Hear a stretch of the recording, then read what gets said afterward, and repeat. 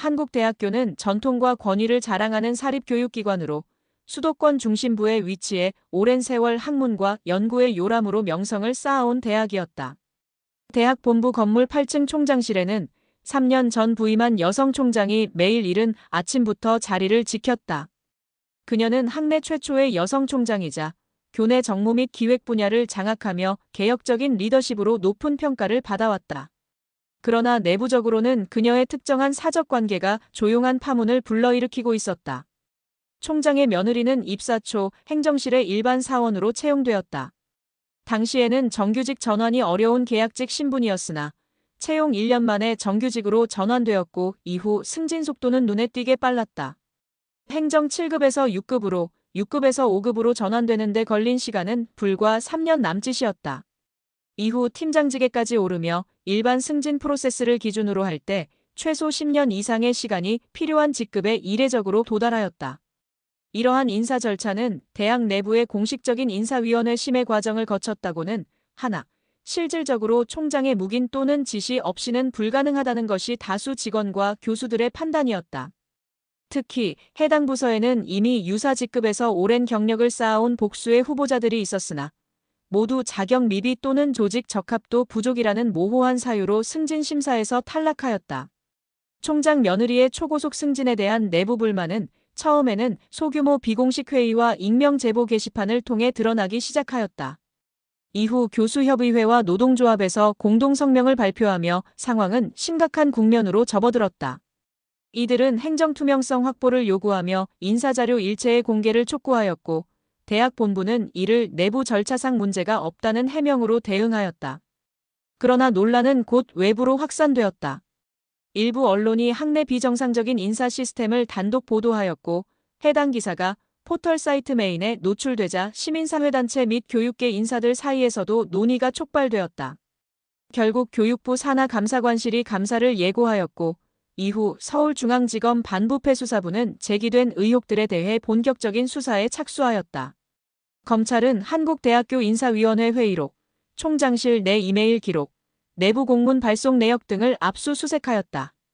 동시에 승진 대상자들의 경력 및 실적 자료를 비교 검토하며 정당한 평가가 이루어졌는지 여부를 집중적으로 들여다보았다.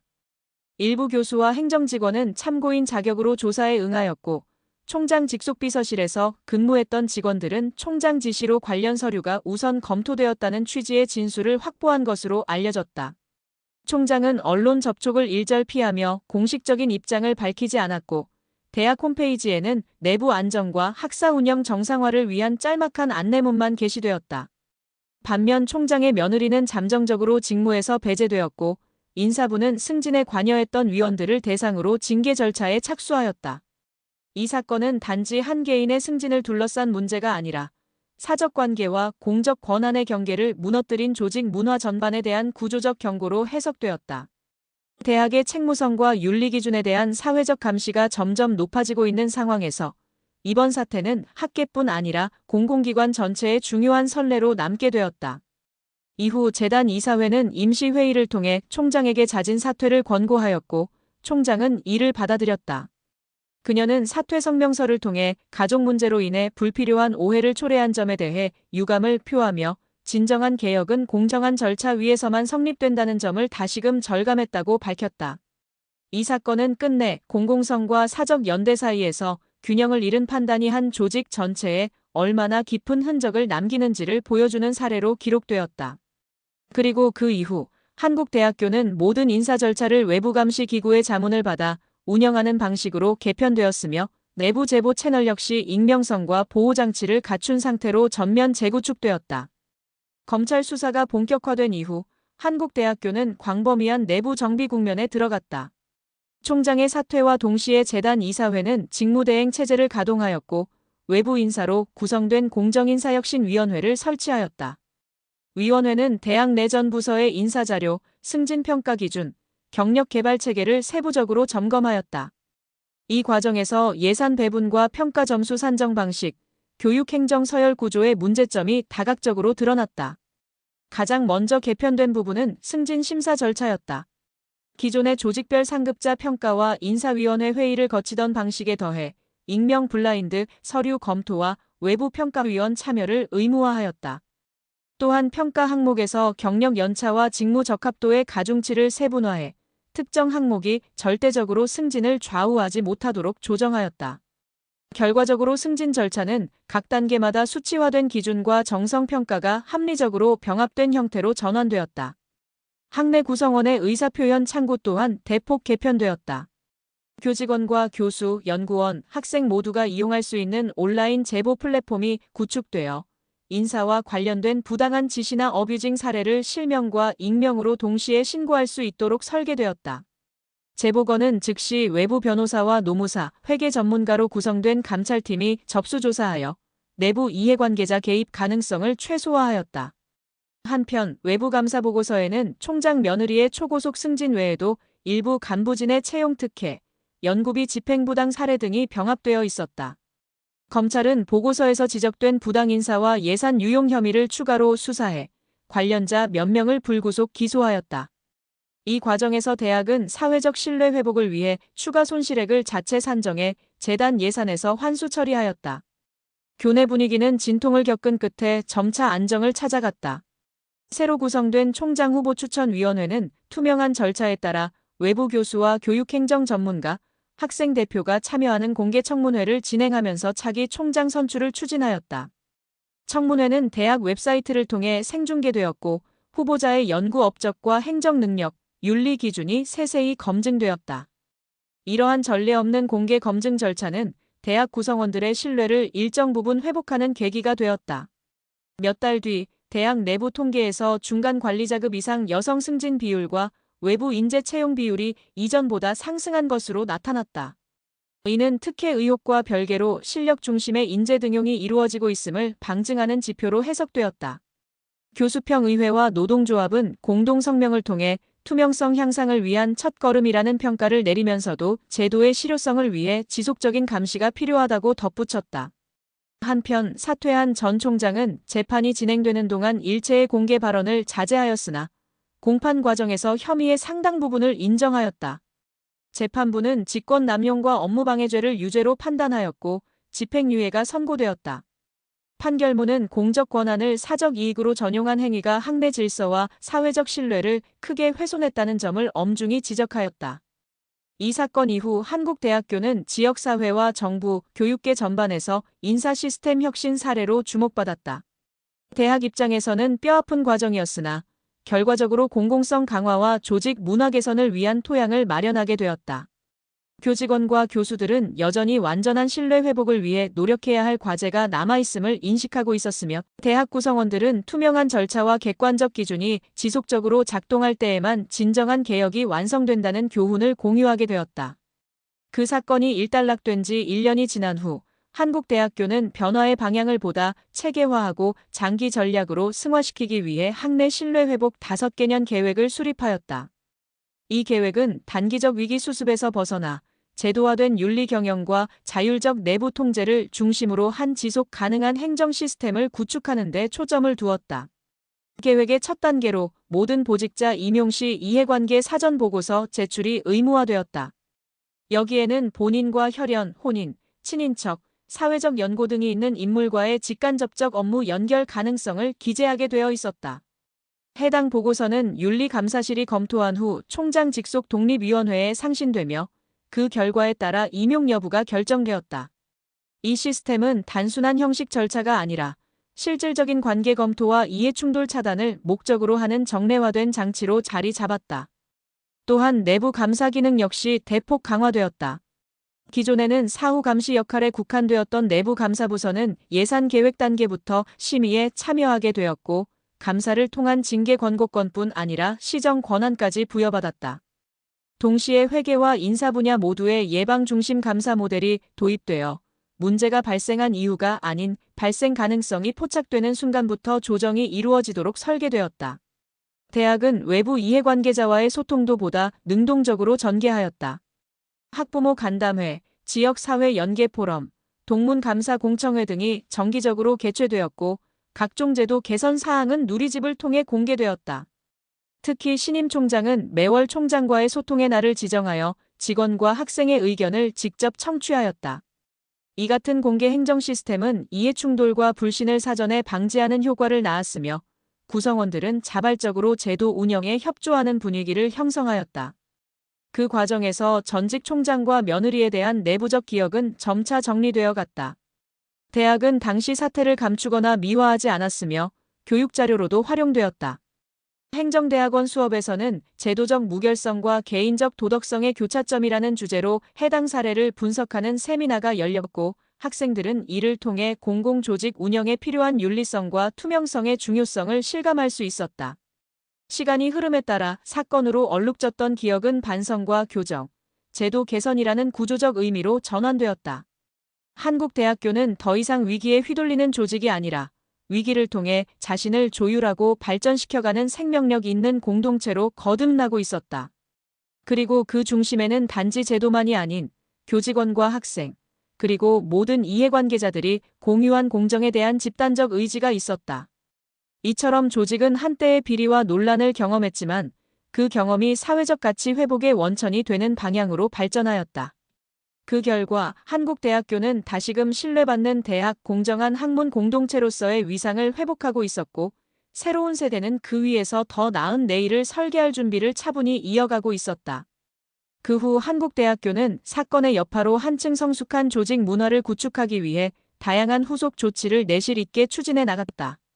무엇보다 인사와 예산, 연구, 입시 등 각 부문에서의 의사결정 구조를 수평적으로 개편함으로써 권한의 집중과 전횡 가능성을 구조적으로 차단하려는 시도가 이어졌다.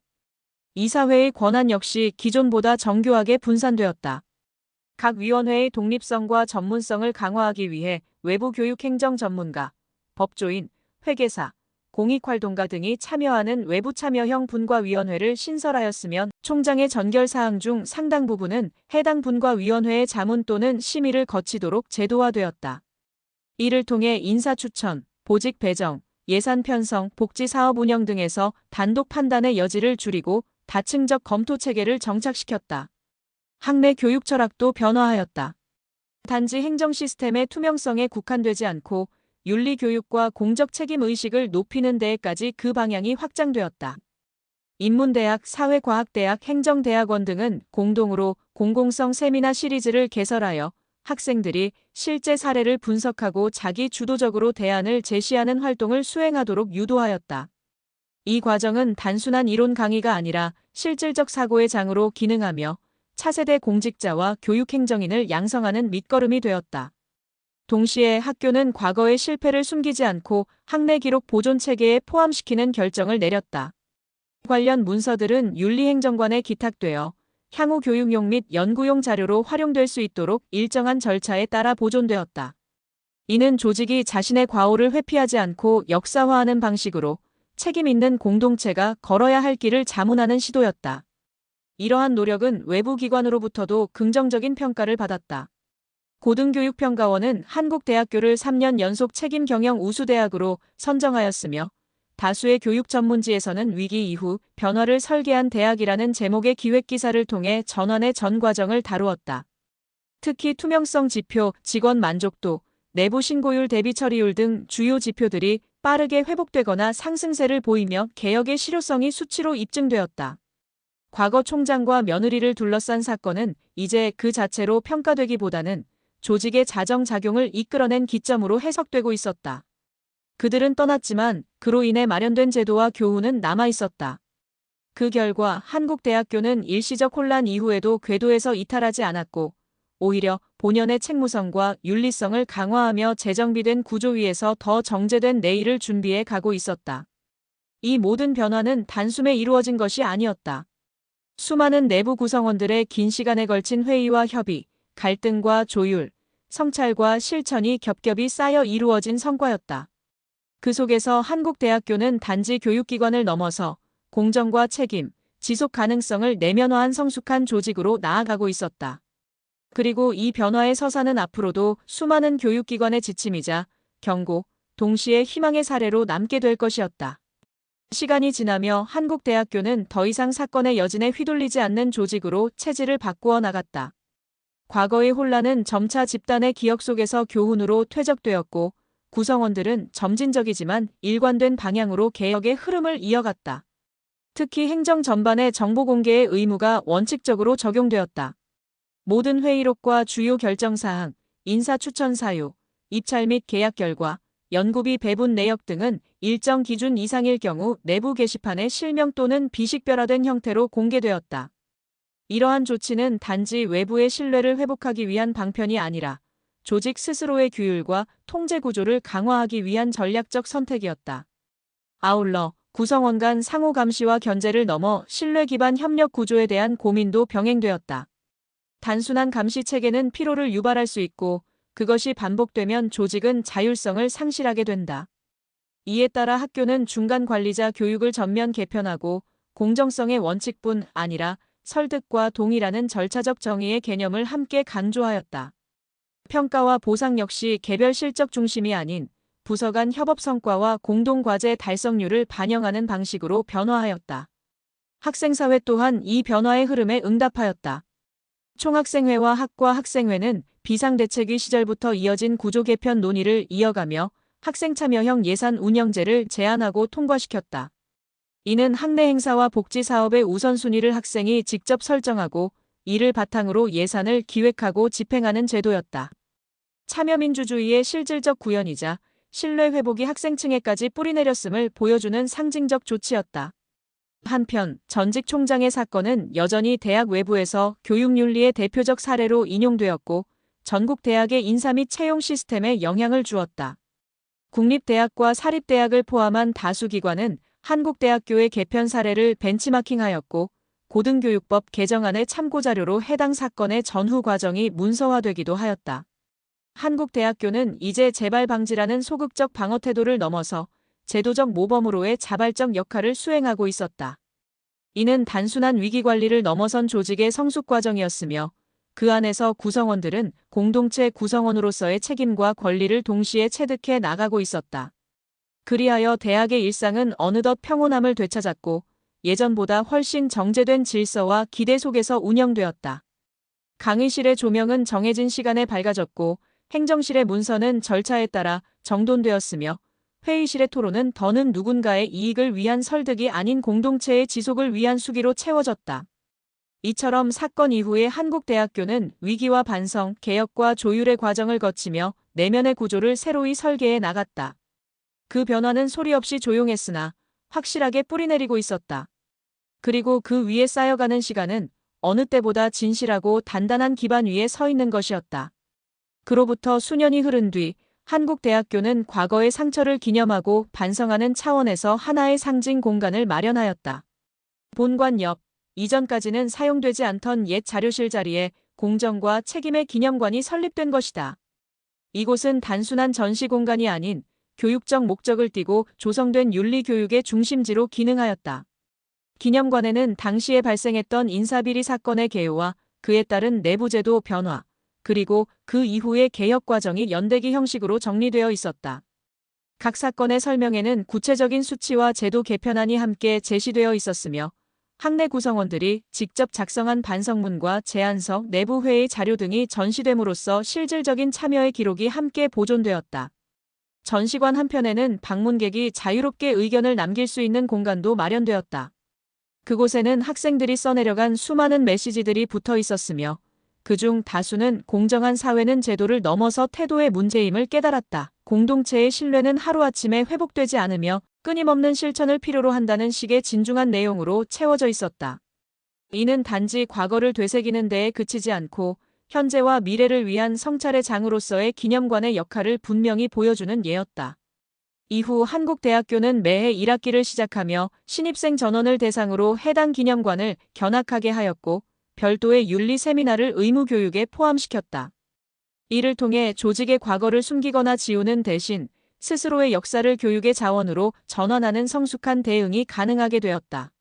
나아가 그 기념관은 외부 교육기관 및 공공단체에서도 견학 요청이 이어질 정도로 공공윤리 교육의 사례로 자리 잡았다. 과거의 그림자는 이제 흔적으로만 남았고 그 자리를 채운 것은 반성과 실행, 그리고 공유된 책임의 문화였다. 이러한 변화는 단지 한 조직의 자정작용을 넘어 더 넓은 사회와 공공조직 전반에 던지는 메시지로 확장되었다. 즉, 제도는 누군가의 잘못을 막기 위한 장치가 아니라 모두의 신뢰를 기반으로 작동할 때에만 비로소 제 역할을 다한다는 사실이 조직 내부는 물론 외부에서도 체감되고 있었던 것이다. 이처럼 한국대학교는 위기를 지나와 새로운 표준을 정립한 기관으로 서 있었다. 외형의 변화를 넘어서 내면의 질서와 태도가 달라졌다는 점에서 그 변화는 비로소 실질적인 것이었다. 그리고 이 새로운 질서의 중심에는 과거를 회피하지 않고 그것을 직면하며 다시 일어선 공동체의 성숙한 의지가 단단히 자리하고 있었다.